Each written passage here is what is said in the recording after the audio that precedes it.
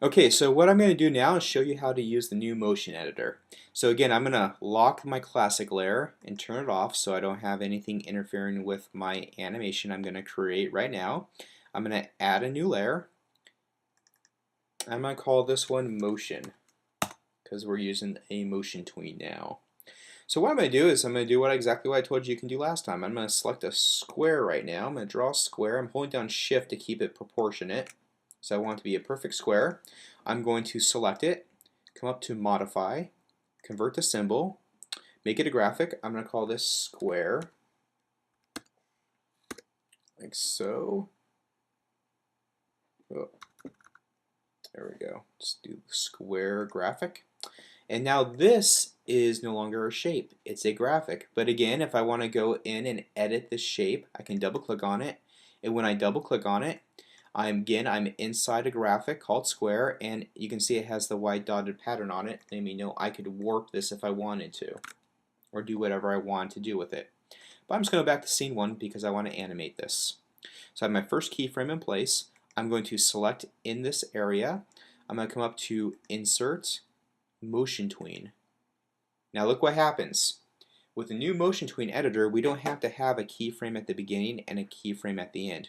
We just simply have to have a graphic object and we add motion tween. And then what happens here is I no longer have my little arrows suggesting motion. I have this blue, baby blue color indicating that this is a motion tween area. And what I use to animate now is called the motion editor. So if I select the tab right next to the timeline for motion editor, I have all these options that I can use to edit. Or I can simply just select anywhere on the timeline and move my object. So I'm going to go to frame 5, move my object down, and look what happens. I'm going to click off here. There's a little diamond shape indicating a keyframe here. And you can see where there's a sort of a yellow line here with these little diamonds indicating anchor points that I can click and drag. So right now I have an animation that goes from that point to that point. But if I were to click one of these little diamonds and drag, I can create a curve in which this shape will follow. You see that? Again, I can come down to frame 10, move the shape up here, and then change the curve like so. Again, I can grab any of these anchor points and change the curve. And my shape's going to move around all these angles and curves that I've created. So one cool feature, again I can come to motion editor now. You can see an indicator of how this is working. There's a little graph here showing. I'm going to drag it up here so we can see it better. Again, you can always click and drag your tabs to break them out of a panel, and then you can add them back in later. Again, there's no ease applied here. I could add a simple slow ease if I wanted to these. I could add a rotation if I want to. This is called Z rotation. This is 3D rotation. Those of you ever worked in a 3D program. So I'm adding this here.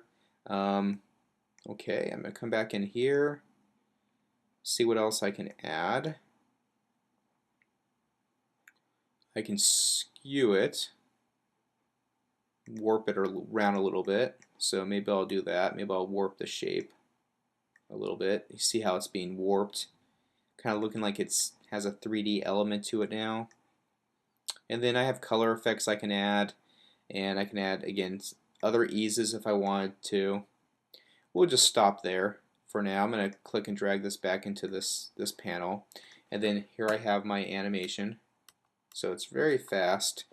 Again, if I want to adjust things, I can come into my motion editor and I can adjust where these things are taking place by simply editing them in this editor. Again, pretty cool. It does give you advanced features if you want to work with them. But again, it's a little more complicated, so it's up to you if you want to start playing around with this editor tool.